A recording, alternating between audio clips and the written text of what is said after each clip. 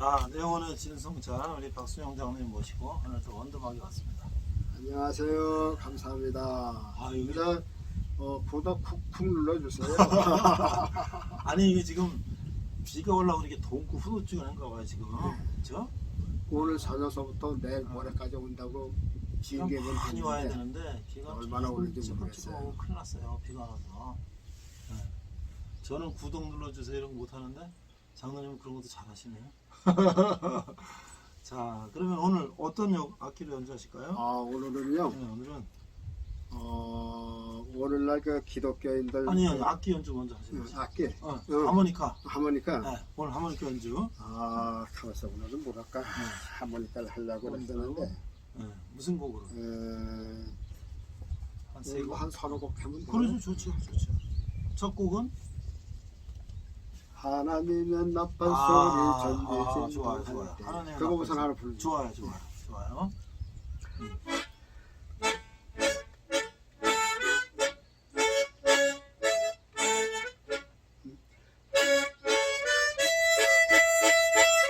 이거 이제 처음에 서두. 하나님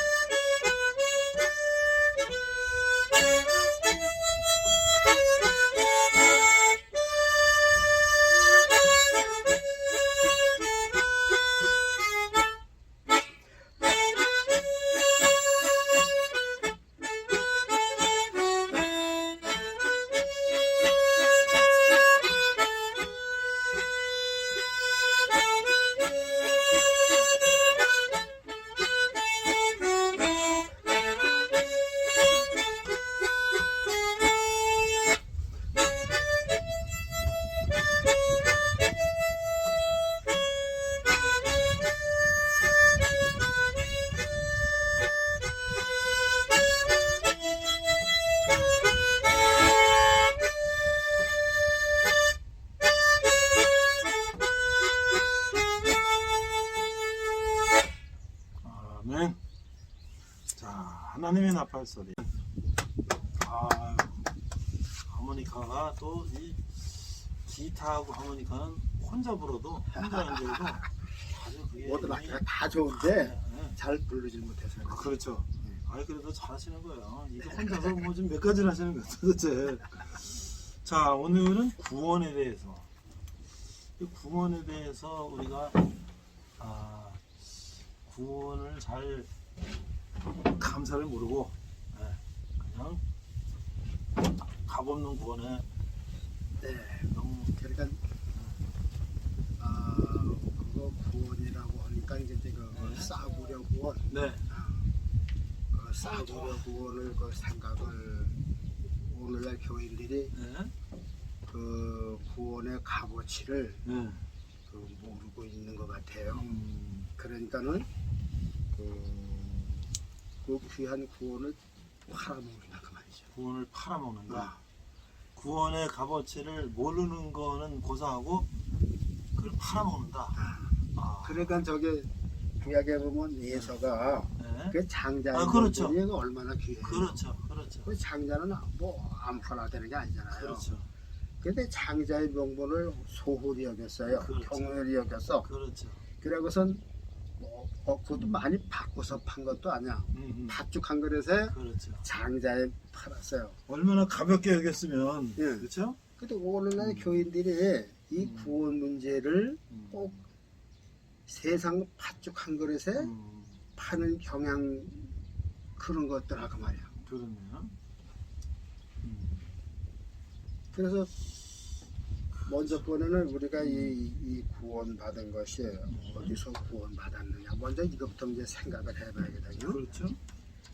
근데 이제 그거 전에 이제 무엇을 생각하느냐면요. 사람은 이제 그 육신과 영혼이 있잖아요. 그렇죠. 육신과 영혼이 있는데 오늘날 교인들이 영혼이 예수를 믿는 게 아니라 육신으로 신앙을 이제 길을 가는 것 같아. 그러니까 모두가 이 육신의 생각에서 교회를 나가고 육신의 생각에서 그 모든 해답을 받으려고 그리고 육신의 응답을 받으려고 그러고 육신의 문제 해결 받으려고 그러고 영적 예배가 아니라 육적 예배로 그렇죠, 끝나는 그렇죠. 육적 그러니까 예배로. 이 신앙의 문제는 내적 문제고 영혼의 문제고 그렇죠. 내세 문제 아니에요. 그렇죠. 죄의 문제고. 그렇죠. 그런데 이 죄나 내사나 이런 거는 떠나서 뭐 천국에 그건 죽어봐야 한다고는 식이야 그냥. 그거 있으면 가는 거고. 그 없으면 형식적으로 그냥 몸만 교회에 그리고서 왔다 갔다 하면 되는 거다. 이렇게 보면 순전히 이 육신이 예수를 믿어서 무슨 응답을 받고 육신이 예수 믿어서 무슨 뭐 잘 되고 그래서 육신의 생각은 이게 사람의 생각은 하나님의 뜻에 굴복하지도 못하고 굴복할 수도 없는 것이 육신인데 그 육신의 생각을 가지고 기독교 신앙을 이렇게 따라가려고 하는 그러니까 예수님을 믿어도 영혼 문제가 아니라 육신의 문제 그거를 해결하기 위해서 그리고선 그러다 보니까는 이 죄에 대해서라도요 무슨 죄를 어디서 범한 걸 몰라요. 무슨 죄에서 거기서 벗어난 것도 모르고 어떤 죄가 무서운 죄인지도 몰라요. 그래서 죄라고 그러면은 뭐 이웃에게 거짓말하고 도둑질하고 뭐 미워한 거 이것으로만 이제 그 죄라고 하는 것 세상의 그 율법과 도덕적인 윤리적인 그런 것을 표준해서 이제 거기에 벗어나지 않으면 나는 회개할 것이 없어. 이제 그런 식의 영적인 죄에 대해서만 죄를 생각하고 영적인 죄에 대해서는 무감각하다. 그러다 보니까 사람이 이제 교회에서도 그래. 교회에서도 뭐 지난 주간에 이제 뭐 지은 죄를 뭐 통일하고 하는데 이제 난 이제 그 생각. 야 지금 이 시간에 교인들이 무슨 죄를 회개할까? 무슨 죄를 회개할까? 그래서 우리가 구원받았으면 어떤 죄에서 구원받았을까? 우리가 이제 그것을 생각을 해야 되는데 그래서 우리가 이 저 죄라고 하는 거는 하나님을 떠난 자리에서 하나님을 돌아오는 게 회개고요. 그렇죠. 이게 큰 예를 들자면 저 북한이 말이죠. 북한이 그 공산주의 그 주체 사상의 그 사상죄가 제일 큰지 아니에요. 제일 첫 번째 게 사상죄예요. 그렇죠. 그런데 이제 대한민국 돌아왔어요.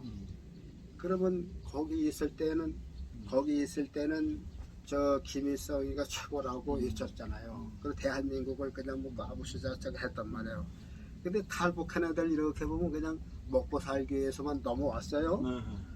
그런데 대한민국 완전히 되려면 그동안 북한에 있을 때 남한을 저주한 거를 다 이걸 해야 돼. 그렇지. 그리고 주체 사상 물론 속았지만은 넘어간 거란 말이죠. 그래서 그 전에는 사실 먼저 그거부터 대한민국에 와서 사실상 북한에 있을 땐 대한민국을 싫어하고 핍박하고 말이야 뭐 그랬습니다. 그런데 이제 보니까 그것이 아닙니다. 백배 사죄 용서입니다. 이렇게 해서 먼저 그걸 용서하고 그 다음에 이제 우리나라 새로운 민족이 돼서 이렇게 돌아올 때 그게 회개거든. 그게 회개란 말이죠. 그와 마찬가지로 우리가 예수님이 없이 살 때에는 세상에 제일 좋은 거로 알고 그렇죠. 우상 따라가고 돈 따라가고 쾌락 따라가고 그랬단 말이죠.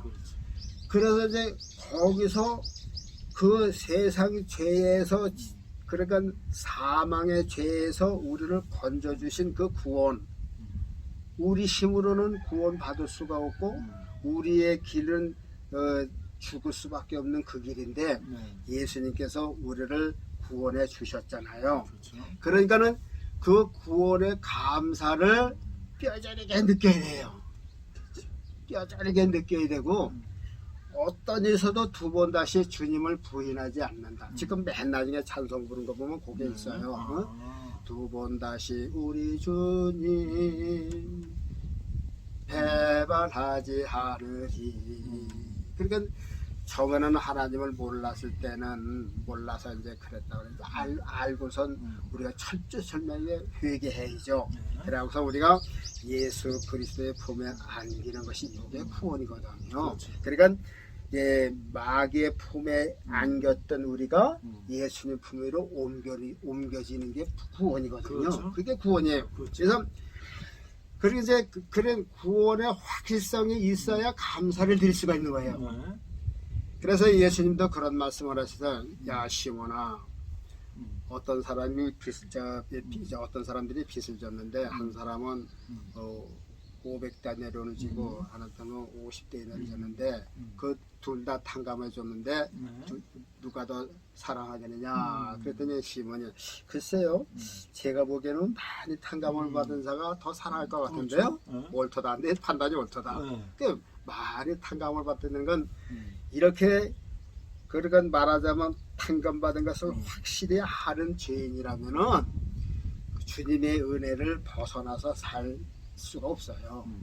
확실하게 그 구원 문제가 확실하다면은 뭐 가난하든지 부하든지 출세라든지 망하든지 그거 상관없이 그거 상관없이 예수를 변함없이 사랑할 수가 있는 거예요. 그런데 이 구원의 문제가 확실성이 없게 되면은 벌써 거짓말한 거나 용서받고 뭐 그런 식이라면은 언제든지 예수님 곁을 떠날 확률이 많다 그 말이죠. 그래서 내가 이렇게 이제 쭉 보면서 오늘날 왜 교인들이 왜 믿음을 온전히 갖지 못하고 흔들릴까? 막 흔들려요. 어떤 사람들은 뭐 그냥 장로가 돼서도 그저 주일날도 그냥 뭐 사업하는 데는 하고 말이야. 그냥 바쁘다는 핑계대고 그런단 말이야. 그러면 세상 그 보화가 이 구원하고 따져봤을 때 결코 세상 것은 갖다 댈 수도 없는 거거든요. 그렇죠.